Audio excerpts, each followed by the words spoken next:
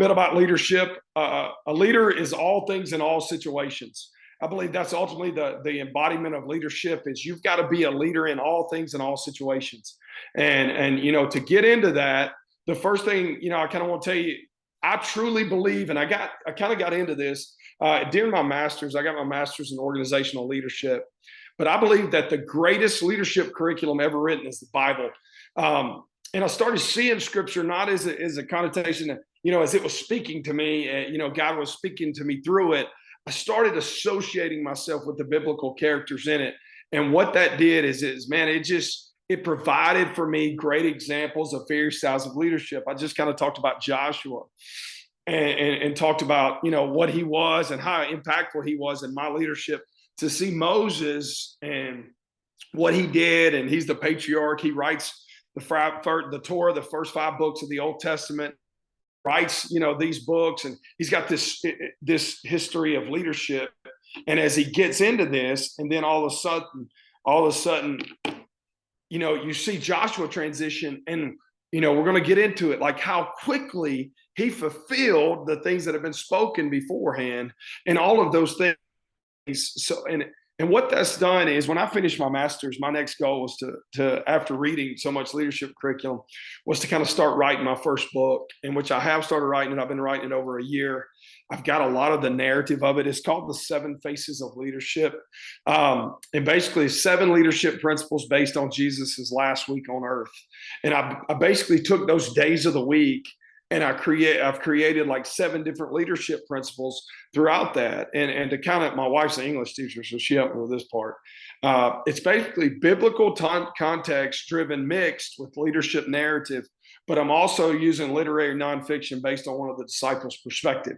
So what I'm trying to do with this book is provide appeal to 3 different audiences. If you love just leadership and you love like biblically based stories, I'm trying to incorporate as much research and data into the last week of Jesus's life into that, so that you're fulfilled in reading that. The second one, I'm providing leadership narrative based on 20 years of coaching and leadership as a player, of how these things parallel, and how, Jesus coming into Bethany riding on a donkey, how does that parallel to us being coaches or being pastors in our leadership? And it's all about, when you come into any situation, you've got to have a strong entrance, and I'm kind of paralleling that through the last week of Jesus' life. And then I'm also taking the literary nonfiction route, and I'm providing what I believe is Peter's perspective of this entire week, because he's another one of those leadership guys that, man, I'm just fascinated by,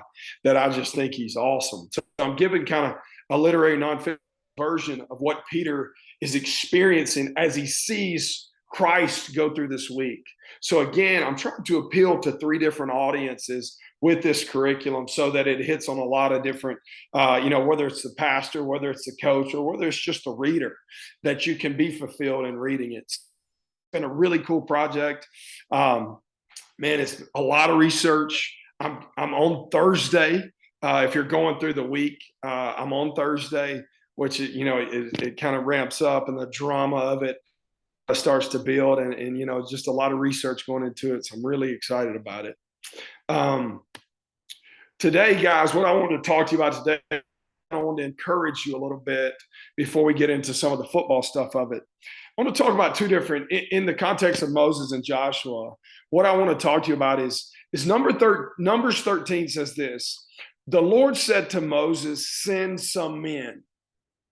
That's all he says. He says, send some men to go kind of check out the land of Canaan that you've been promised. And scripture tells us that Moses sent 12 guys. I mean, it makes sense. You got 12 tribes, send one leader out of each tribe, send them, let's go check it out. Those guys, scripture tells us that those guys stayed in the land for 40 days. And their 40-day experience in there, and they came out of that, and 10 out of the 12 were like, man, we can't do this. There's no way we could take over this land. You had 2 guys, Caleb and Joshua, going, let's do it. God's promised this. Let's not look at let's not look at stat lines. Let's not look at, rankings. Let's just go do this. God has promised us this. But as we know in biblical history, they never entered the promised land. Now let's kind of fast forward to Joshua chapter 2. Joshua sent 2 guys over. He sent 2 spies, and this is what he said. He said, go look over the land. So Moses sent 12, Joshua sent 2. That's what we know. Those 2 that Joshua sent, scripture tells us in chapter 2 that they stayed till dark. They stayed till dusk and they left. So Moses sent 12 and stayed for 40 days. Joshua sent 2 and they stayed till dark. 3 chapters later, we know that they enter the land of Canaan in a very non-traditional, but they entered the land. So the way I want to encourage you guys tonight, and things I want to tell you as leaders, one is you have to be careful how many people we let speak into our decision making. Oftentimes we want to get connected to people that really speak into our life, and as we do that, oftentimes we'll be misled, not intentionally, but allowing too many people to speak into our leadership and our decisions can become confusing. Okay. And what I tell young coaches all the time, and I tell our head coach, he's younger than I am, which I feel about 80. So that's why I tell him, coach, and man, he's a great guy. He does a phenomenal job. He's a defensive guy. Those guys are a little crazy anyway, but he's a phenomenal guy. But I tell him, I say, coach, always operate out of your convictions, not anyone else's convenience. And I think that's so us as leaders. If Moses would have operated out of his convictions and not those 10 guys' convenience, they may have entered the promised land. We don't know.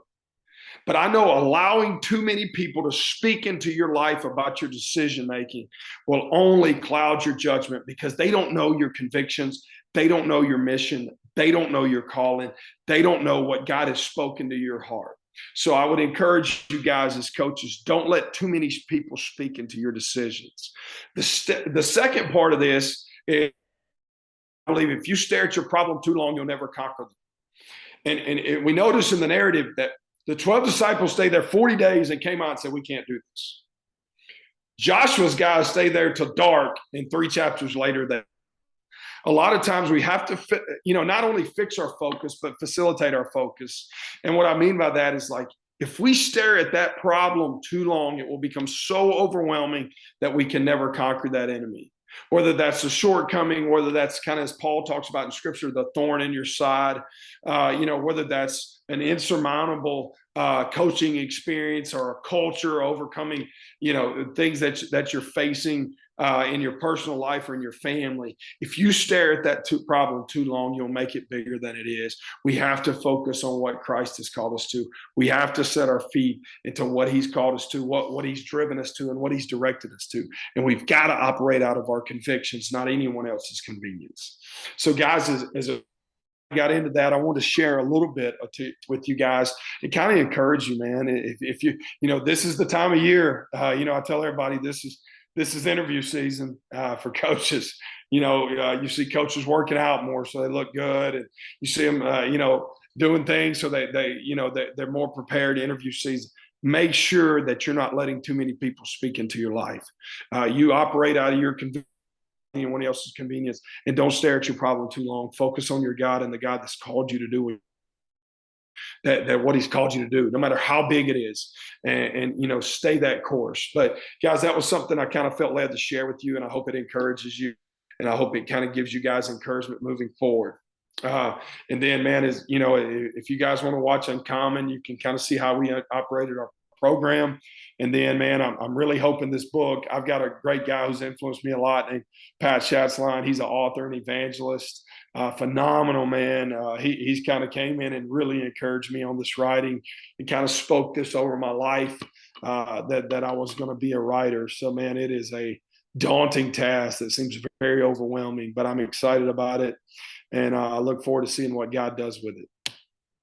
Guys, I want to share 4 books that have really impacted my life throughout my leadership. One is Developing, and I'm going to kind of go backwards here, Developing the Leader Within You, whether it's 1.0 or 2.0. I read this book back in 2000, excuse me, probably 1997, my mom got me this book and I read it, and it has influenced my leadership model. I've created a 7-chapter curriculum off of it that I take leaders through when I'm in a position to be a head coach. And it's just a phenomenal book. It's very self-application. It's just an impactful book. The second kind of spurred me and really was the launching point for me to what I feel like to pursue my dream to be the head coach at my alma mater at SAGU was Chase the Lion.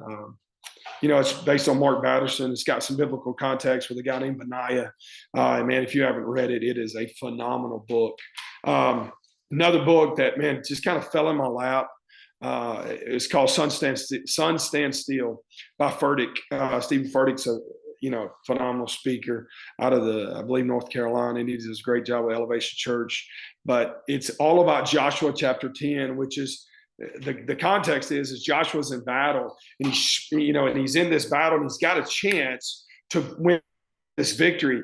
And he's so outlandish and he's so bold in his prayer life that he actually prays to God for the sun to stand still, because the sun was in the enemy's eyes and allowed him an advantage to go conquer this enemy.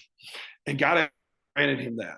Man, that's outside the box. That's being so in tune with the Spirit of God, and him uttering and the Holy Spirit uttering you to pray such bold prayers. And it's a phenomenal read, and it's just a great book. And then the last one is by Sean Lovejoy. It's called Be Mean About the Vision. And, I think everybody, as you get into coaching roles and you get into those things, God will speak a vision over you. Proverbs states that where there's no vision, people will perish. God will speak a vision over you. And man, we have to be passionate, borderline, almost mean about our vision, and preserving and protecting what matters. And I'm a big mission, values, and vision guy. So this book's been really impactful. If there's something you're looking to pick up and read, I would suggest any of these 4 would be extremely impactful. If you're looking for something to do with your team, it's like a team study. Definitely say Developing the Leader Within You 2.0. So one other thing that's kind of a passion for me is, I think coaches have an immense amount of accountability. We're a public figure. Everywhere we go, we're seen publicly. But what I found is I can be held to the highest standards, but on game day, we can, and I'm not immune to this, we can act a complete fool, and we charge it to the game, and it's all directed by our need to win and our passion to win games. So I found this NIV Trimline Bible that I randomly found on the internet one time, and I love the size of it. It's about the size of my iPhone. And what I started doing was carrying this around in my back pocket. And what that did is it created some accountability for me on game day. And you'll see it kind of in these pictures there in my back pocket. And it kind of directed me and guided me to have some semblance of accountability on a Saturday or a Friday night, and kind of hold myself to a standard. And I really believe this is something that God's spoken to me, and I hope, one day I can share with others. And I've spoken to Zondervan about the print and what they call the block of it. But guys, what I would do is create some kind of accountability for you on game day. Man, game days are extremely stressful. There's a lot of stress to win and do some, and do things. And, we charge it to the game. It's kind of the quote I use a lot. But create for yourself some kind of accountability, because, man, our platform and our testimony has to remain intact long after the scoreboard shuts down. So it's something I just want to kind of share that I do that kind of goes with me everywhere I go, man.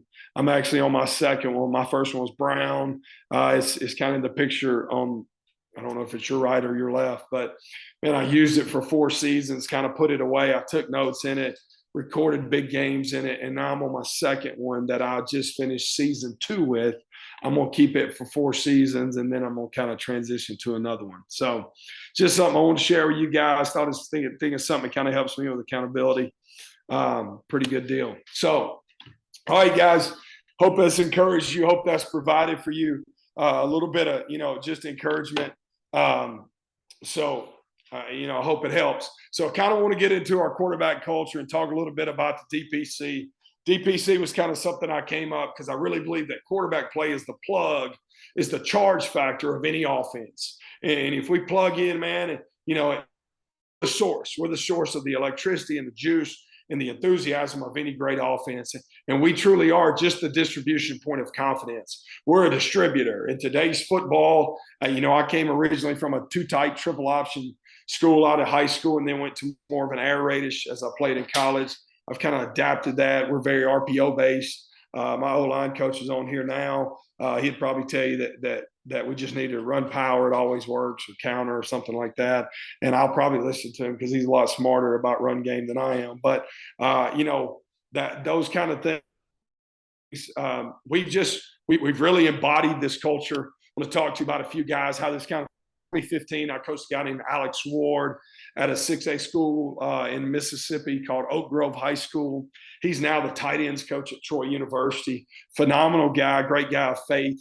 And, just understood logistically getting the ball out of his hands, getting it to the dudes. We had a guy named Jordan Duncan who ended up playing at Cal. We had several other really talented guys. And, man, he did a great job of just distributing confidence to these guys and helping us win ball games. Next one was a young man named Trey Hilly. I coached in 2016, 2017, where my first head coaching job. And, man, he was a big arm guy.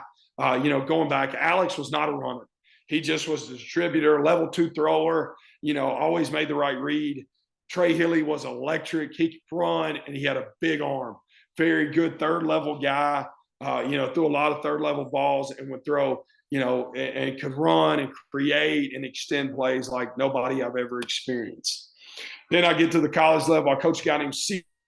Collins, which was, one of the rare talents of NAIA that he went directly from our roster to the Green Bay Packers. He was one of four NAIA players that was invited to a camp that year. CJ's a 6'5", 230-pound, big arm guy. Didn't like to run, didn't want to run, but, man, he could spin it.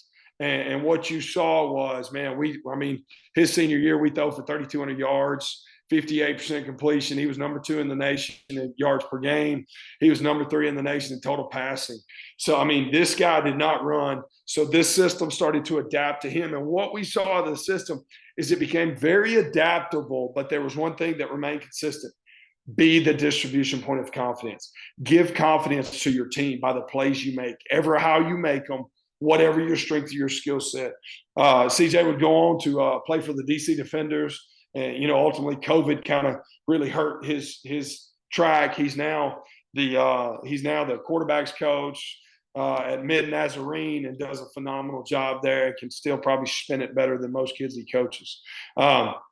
So the last couple of years, the guy I had is a guy named Jordan BARLOW. Jordan is a phenomenal player. Should be moving. I think we got a little delay. I'll talk about Jordan. I had Jordan in 2020, 2021. Jordan did a great job for us. There he goes. So Jordan did a great job for us 2021. True winner. Doesn't like design quarterback run, but has the ability to what I call partial vacate and extend plays. And he was a grad transfer out of Lindenwood, extremely intelligent player, one of the smartest players I've ever coached. After 2 years with us, highest winning percentage of any quarterback in Sagan football history, helped us win the Victory Bowl in 2021. He would go on to the European Football League to play for the Leipzig Kings. He's actually back in Europe now, playing in or Switzerland, wherever that is. He's playing over there for a team now, and he's actually the OC and the starting quarterback. So he's going to be running our same system, which is pretty phenomenal. Stay in touch with him. Love him. Think he may be on the Zoom. Awesome guy. Love his family. Extremely proud of him. He's going to be a great coach whenever he decides to quit traveling all over the world and playing. So what a great athlete. What a great winner. This last guy I coached is my son. His name's KADEN Brown. He was our 2022 guy. He ended up being the 5A player of the year in the state of Texas. Phenomenal year. We scored 70 touchdowns this year. He was responsible for over 40 of those. Just an incredible athlete, fearless competitor, one of the most competitive guys I've ever coached in my life. I can say that. I didn't know if he was about to start a fight. Didn't back down from contact, wasn't sliding, trying to run people over. just an incredible athlete. He is committed, signed. He's going to South Dakota State, which for us, or it feels like he's moving to Canada. It's so far away, but he's going to be there at South Dakota State with a great staff with Coach Lujan and those guys. Really excited to see kind of where his career goes and what God continues to do with him. Man, he is just fearless competitor, great player, really turned this system into something that it had never been and did a great job with it. Really proud of him. Look forward to kind of seeing his journey. Me and his mom are kind of nervous about the whole South Dakota thing because that's just a long way from home. But he's going to do fine. He's a leader. He's going to do a great job. So get into the core values of quarterback play. Mark, am I good or do I need to hurry up? What's the deal, brother? No, you're good. Keep going, Coach. All right, cool. I'm talking about as fast as I can. All right, I ain't even had a monster in like 3 hours, so surprised I'm still awake. So I think there's certain things that quarterback play has to have. One is coachability. Quarterbacks have to allow me to coach you, man. Just allow me to coach you. Allow me to kind of process you and pick and push you and take you through a process of development. The next thing is responsibility. Realize that everyone's dependent on you. This whole thing hinges off you. And you've got to want that pressure. You've got to like that pressure. And the great ones love it. They love the pressure. The attention's a side note. They just love the pressure. Because I always tell quarterbacks, pressure is a privilege. And if you've got it on you, it's because God's called you to do something pretty special. Motivation. I talk about guys have to be internally motivated and externally motivate everyone else.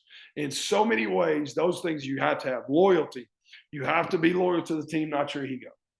Hand the ball off on RPO if it's open. Don't try to pad your stats. Just give the ball off. And you have to be very loyal.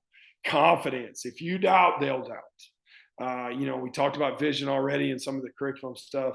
You have to see the goal of our team and strive toward that goal. Proverbs 29:18 talks about that. And then the next thing that I think is the unwritten rule of football is you got to have grit. Brag on KADEN a little bit. He played with a bulging disc and a sciatic nerve in his back. Played 13 games, went 11-2. Took hits, did all the things. 90% of the time, he could not feel his left leg. We went through 3 quarters on shots. There were sometimes we were just getting it Friday night, but he never missed a play, never missed a snap, and played with so grit. Man, he did it. And I think grit is courage and resolve and strength of character. Luke 21:19 says, and I'm paraphrasing here, it says, stay gritty and you will win at life. And that is a total Ryan Smith version. That is not the NIV, but you can look it up and probably find the real version. But I kind of paraphrased it to grit there. So, a grit's something you just got to have, especially in the world of college football today, man. These guys are 2 and 3 and 4 transfers. You got to really believe in yourself and have some resolve to kind of go through what guys are going through and believing in themselves. So, belief system as a coach. Quarterback's the most important position in all sports. Being a former quarterback, high school, college level helps me in my perspective of the position. My objective of coaching quarterback is making sure they're in rhythm of this: the offense, body posture, throwing mechanics. Those 3 things have to be in rhythm. I always start coaching a quarterback's feet, then I transition up the frame of the athlete, focus on feet, hips, shoulders, carriage of his ball, eyes, throwing mechanics, and finish. So those are kind of my belief system. Rhythm. I never want quarterbacks to be fast. I just want them to be in rhythm. That's something they hear from me all day. Today, I trained some guys again with a guy that I work with training quarterbacks, Brad Frazier, with old school quarterbacks. And we're just talking about, hey, man, your drop doesn't have to be fast. You just have to be in rhythm. In the rhythm of, where the sequence of the play is, whatever the drop, whatever the reads are.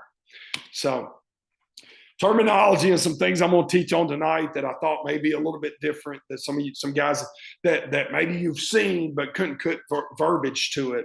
One is lateral association, and that's the association with the lead arm and the launch arm, and the rhythm association during the throw progression. It's what I call lateral association. I'm going to show you some demonstrations of this here in just a second. Vertical association, the association from the top half and the bottom half during the throw. And then you're going to see me talk about pushing the break of the ball when you're getting ready to throw. The principle of the lead hand pushing back with the breaking of the hands in order to create lateral association. It's all kind of starts to parallel and kind of together. And the last one I'm going to talk about is 2 in the ground and drive down. The importance of having 2 feet in the ground, if at all possible, and drive the lead arm elbow down. And I'm going to show you demonstrations of this through all my guys that I've coached, some good ones and some bad ones. So first one we're going to get in here is lateral association. The association with the lead arm and the launch arm and the rhythm during the throw. So I'm going to show Ward here. I think Ward's got really bad lateral.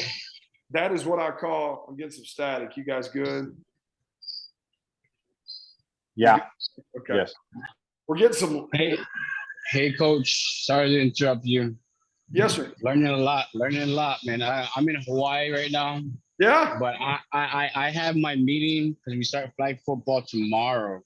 Okay. I gotta set up our meeting up right now.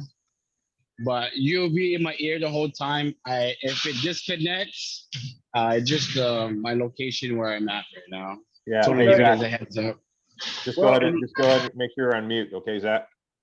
I appreciate it. And then Coach Rudolph, you can email me or get my information from Coach Mark. You can set up something, and then Hawaii will be in Washington in April 15th to 17th. They have a big tournament there. He's off, Zach. He's off. Yeah. Oh, okay. Well, we'll text me later. We'll get you. Yeah, just go ahead and put I on. appreciate it. On mute, I appreciate it, man. guys. Good to see you guys. Hello, you too. Thanks, Hello. Coach. Thank you. Okay, so Alex over here in the Oak Grove jersey got what I call lateral disassociation. His throwing hands pushing back, his lead hands pushing forward, and he's not in rhythm of his throw. There's no way that his lead half can help his launch. And he's not getting, what I tell guys, throw from your toes to your nose. I want everything into the throw, and that is what I call lateral disassociation. Now, Jordan does a great job of having lateral association. You'll see it here as this elbow's pulling through, this hand's pulling through. You see the lateral association. Then you see it translate when he was at lip sync, how that arm's pulling through as that hand's launching out, and he's got great lateral association. That's helping him from body. He's getting everything into his throat. Interesting thing about Jordan, he's a thumb lace guy. Most interesting thing I've ever seen in my life, which makes him great in quick game because he can get it out of his hand super quick. But he is a thumb lace guy. You see it right here in the middle picture. But guys, this is what I'm talking about when I say lateral association. If you're watching your quarterbacks and when they break hands, they're immediately the launch arm's going back and the lead arm's going front. They have disassociation. And I'm going to show you how to fix that in just a second, and how what I call push the break helps you kind of get association laterally. Okay, the next one we're going to talk about is vertical association. You're going to see CJ here when he was at Green Bay. See the hip. I'm always looking for hand and hip association. The vertical association, the association from the top half and the bottom half during the throw. You'll see KADEN here. He's got great vertical association. I mean, we are driving right through here. So right as he's about to break hands, he's got great vertical association. So I know his back hip and his hand are going to come through at the same time, which is going to allow him to really drive the ball from his shoes. And then you'll see CJ here with his back hip, and it's really driving out there, and he's getting launched. This is a great example here. The elbow's driving down. He's got bend in his knees. He's coming out of his shoes out here in the back, and he's got great vertical association, allowing him to really launch and spin this ball at a very high level, which is why he's in a Green Bay uniform in this picture. So that's vertical association, okay? So, guys, as we kind of keep working here, I'm going to talk push the break. Pushing the break is what allows you to get lateral association, okay? Pushing the break is the principle of the leading hand pushing back with the breaking of the hands in order to create lateral association. You'll see Kai here, my 12-year-old. This is my 12-year-old. This is KADEN, senior, and this is Jordan. You see how they're pushing their hands back? It's kind of eerily almost similar. Now, I know what's going to happen out of this. When they go to launch forward, those hands are going to come through together, and it's going to allow us to get more velo on the throw, and it's going to drive accuracy down. It's going to really help us to get, by pushing the break. So as we start to break hands, both hands push back, and we push the break of the ball, and that allows us the lateral association. Okay, so guys, before I get, what I'd like to do here, I'm really pretty close here. Does anybody have any questions about lateral association?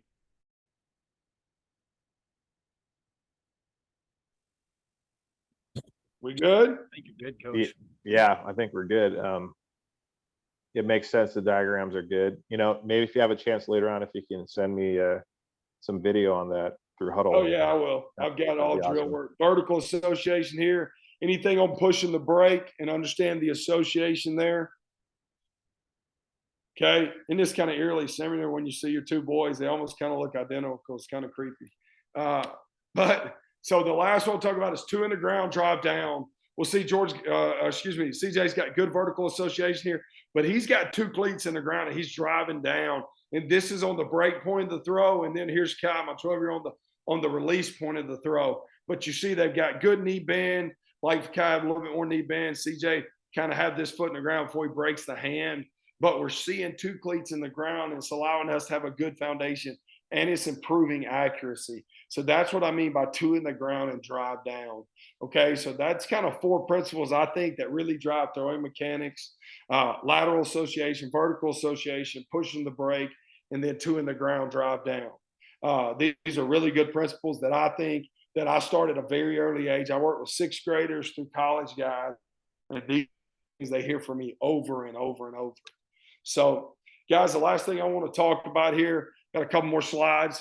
I teach run game footwork off of a clock principle that became really beneficial for us. And you'll see it kind of here. And I can teach it this way. This is what allows us to kind of, if you're at a high school and your backup quarterback's also the starting receiver or the starting safety or whatever, this will allow you to teach him run tracks very easily and at a parallel, because all you got to do is teach him the clock. So what I do is I teach the clock, 12 o'clock, 3 o'clock, 6, 9, so forth in between. The quarterback is standing center. So if he's on inside zone, we're telling him he's on 12 and 6. We have a one-back power we run and some different things. So I can teach these 4 run game concepts and just tell him, hey, get toes to 12 and 6. On outside zone, or what we do with some inverted midline stuff, I can tell our guys, hey, get toes on 9 and 3. And then on counter, I tell our quarterbacks, hey, if we're running counter to the left, I want your toes on 11 and 5. If we're running counter to the right, I want your toes on 1 and 7. And it just gives us a teaching point of how we teach our footwork in our run mesh game. If we're running true stretch, we run a lot of stretch, and we frontside RPO it too. Out of a stretch, which is a lot of fun, and people don't believe I can do it, but I do it. It's a lot of fun. I tell our guys, hey, if we're running stretch to the right, I want you to chase 5 and chase 4. So chase 5, chase 4. If we're running stretch to the left, I tell them to chase 7, chase 8. Now power, old school power, I tell them, hey, I want toes on 1 and 5 so that we can get to B gap, or I want toes on 11 and 7. And that's kind of how we teach it. And now, guys, this is just a cheat code because it really was good for us, because kind of our go-to guy this year, if we got in a tight and needed a guy at quarterback, we had a really good backup who I think's got a good future for us.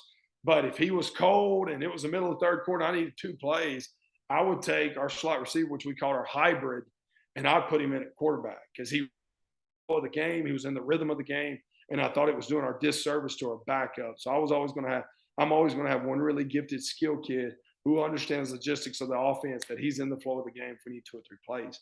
So I taught him this clock principle, and it allowed him to run all of our games, because I could just say, hey, get toes to 1 and 7, or hey, man, get toes to 11 and 5. And he didn't have to know anything else. He'd get the toes, he'd extend the ball, and the back knew what else to do. So it's kind of a cheat code for teaching some quarterbacks, especially at the sub-varsity level. This became really beneficial for us at the sub-varsity level.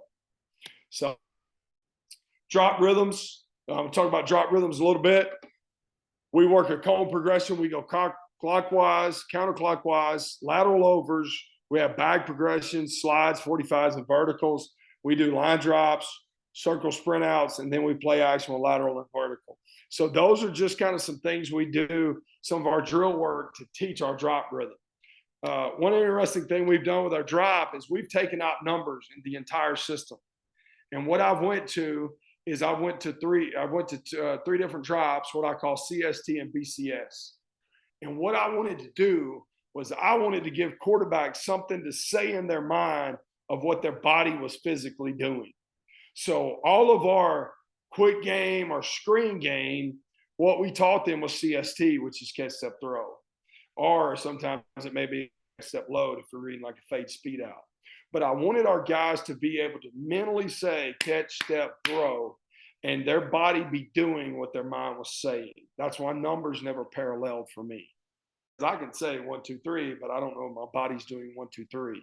But catch, step, throw made sense. The objective is middle infielder mentality, get it in and out of our hands as fast as possible. And the big thing is no delete. We never go backwards. If we're a CST drop here, we are catch, step, throw. You don't go backwards.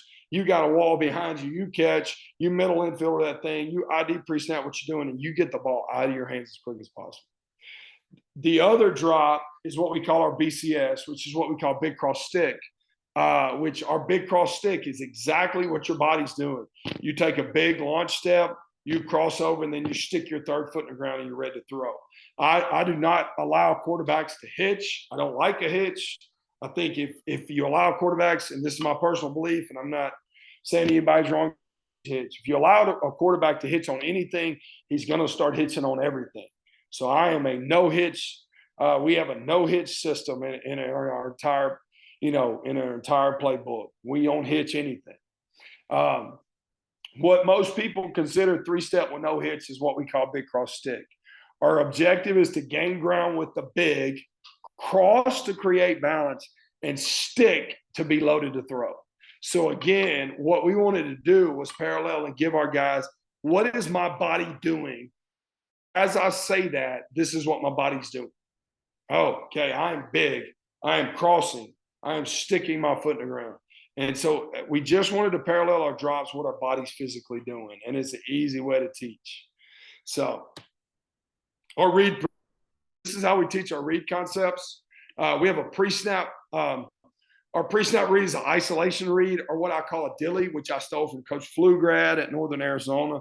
Phenomenal young coach. He's a great Christian guy. Does a lot with FCA. Aaron Pflugrad, if you ever want to talk ball, great guy. He calls it his dilly reads, which means do I like it? It's just simply do I like it? As you're taking it, if you like your isolation, that's pre-snap. Do I like it? Take it. The next phase is our drop load read, which is based on concept and identification of books. So books for me so the way we teach this, and if Lucius is still on, hadn't fell asleep on me, he knows this because we do this all the time. We teach books. Books are read keys. Books can be anywhere on the field. And what I tell guys is we read books, we don't block books. So you'll see, if we're running inside zone to the right, you'll see our left tackle walk up. He'll point to the defensive end. He'll say, 52's the book, 52's the book. And that's verbalizing to everybody that our read key is that book, because we read books, we don't block books. And that can go in pass game. If we're running fade speed out, the corner's the book. If we're running, some kind of full verts on a one high, the one high safety's the book. And that is our drop load read. So that's what we teach. Who is your drop load read? Who's your drop load book? Okay.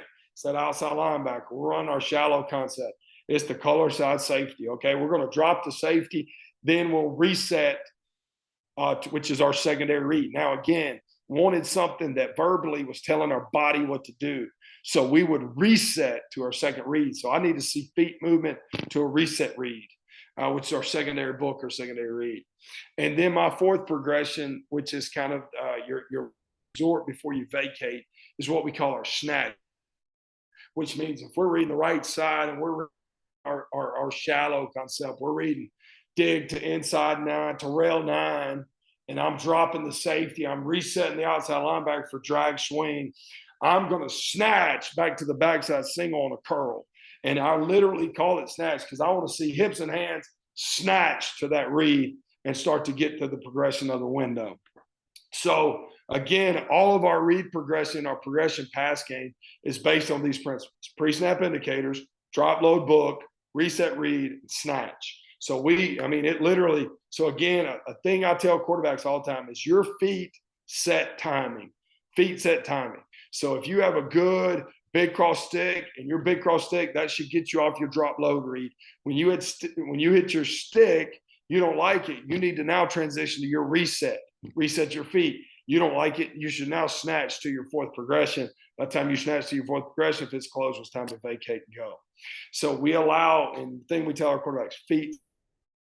If you don't have good feet, you don't have good drop rhythms, you're not going to be in the rhythm. We go back to rhythm of the offense. And then you're going to start to affect the distribution point, and you're not going to be providing confidence for the team.